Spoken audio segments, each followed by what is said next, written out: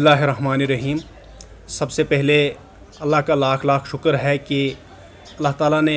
मुझ जैसे नाचीज़ को चुना कि हम अपने लोगों की फलाह बहबूद के लिए बात कर सकें और खिदमत खल्क कर सकें।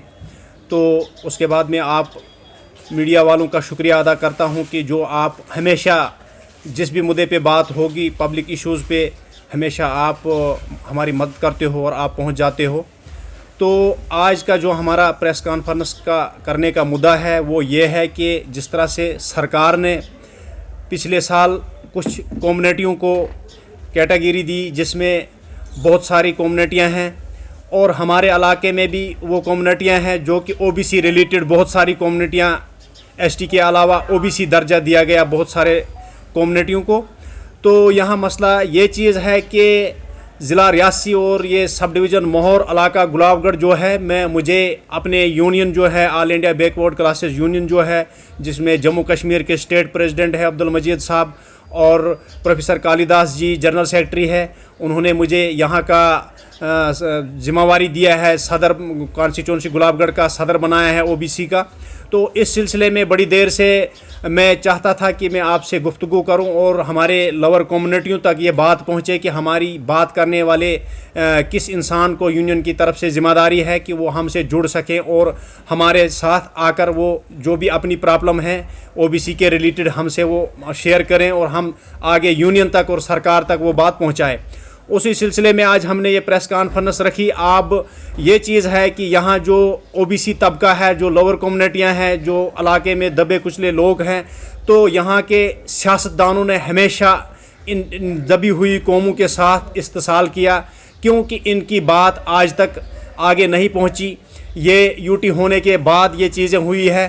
तो ये यूटी होने के बाद जो इम्प्लीमेंट चीज़ें हुई, तो हम मरकज़ी सरकार का शुक्रिया अदा करते हैं कि जिन्होंने हमारे कम्युनिटियों को ये दर्जा दिया और हम इस के मुस्तहिक हुए कि हमारे जो आने वाली नस्ल जो है, आने वाली पीढ़ी जो है, उनको इसका क्राइटेरिया मिले और वो आगे बढ़ सकें, चाहे तालीमी निज़ाम हो, सोशली हो, एजुकेशनली हो, कुछ भी मतलब जो भी इसमें आता है। तो इसी सिलसिले में आपसे मुखातिब हुआ कि मैं ये अपनी बात अपने इस कॉन्स्टिट्यूंसी गुलाबगढ़ के लोग जो हैं, तो अभी सियासी बिगल बज चुका है कि हमारे लोगों को यूज़ एंड थ्रू करते हैं,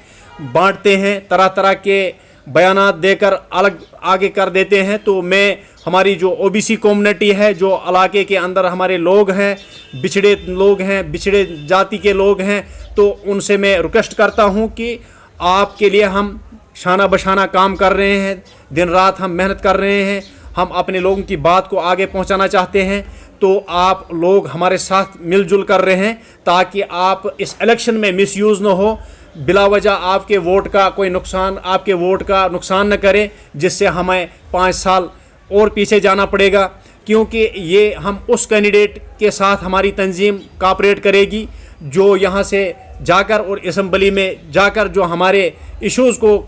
आगे बढ़ाएंगे और हमारे जो कम्युनिटी के मुतालबे हैं तो उनको आगे रेस करते रहेंगे डेली बेसिस पे। तो और कुछ कम्युनिटियाँ ऐसी भी है कि जो एसटी के मुस्तहिक हैं, तो उनकी बात भी वो आगे पहुंचाएंगे कि इन लोगों का जो जिस तरह पुनश रजौरी हमारा साथ वाले मतलब ज़िले हैं, तो हमसे अगर पुनश और रजौरी को देखा जाएगा तो हमसे एडवांस 50 साल वो लोग हैं। लेकिन बदकिस्मती की बात है यहाँ की नुमाइंदगी नहीं रही कि ज़िला रियासी को छोड़ दिया, क्योंकि हम पीर पंचाल में आते हैं, पीर पंचाल में पुनश रजौरी और रियासी ही आता है, तो हम पीर पंचाल के हिस्सा होने नाते भी हमें छोड़ दिया है, हमारे डिस्ट्रिक्ट को छोड़ दिया। तो कुछ कैटेगरियाँ मिली, तो यहाँ इस पर भी इश्यूज़ रहते हैं। तो इसलिए कुछ शिकायतें आ रही मेरे पास जो ये जिन लोगों ने यहाँ पे